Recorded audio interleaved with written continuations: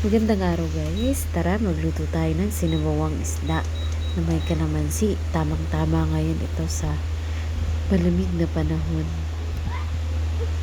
Sa 3 basong tubig, maglagay tayo ng kamatis. Tapos luya. Ayan. Papakuluin lang natin yan. Hintayin natin kumulo. Ayan na.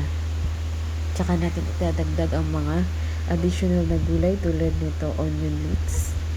Hindi na ako naglagay ng bawang kasi meron na siyang luya. Tapos, ito na yung isda. Yung isda na hindi ko alam ang tawag. Basta malaki siyang isda. Ayan. Ayan. Hahaluin lang natin ng konti.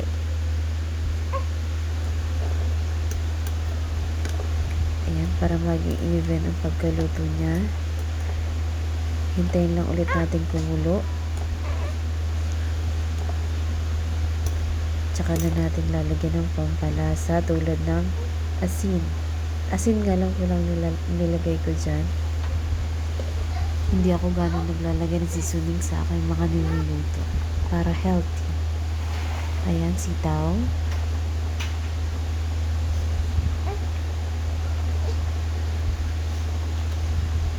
Talong. Maraming talong. Tapos siling green. Ayan na. Kuluin lang natin.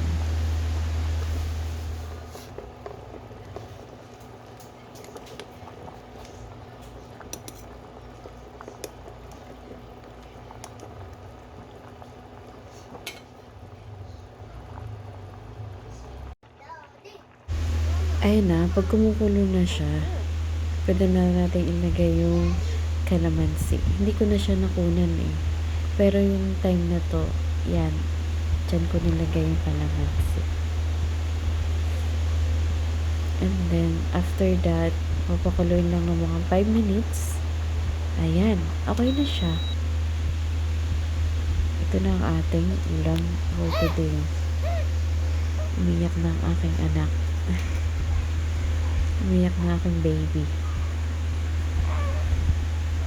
Ayan na siya. Tamang-tama sa malamig na panahon. Gustong-gusto to ng aking panganay. Gustong-gusto niya ng sabaw. Ayan. Thank you for watching.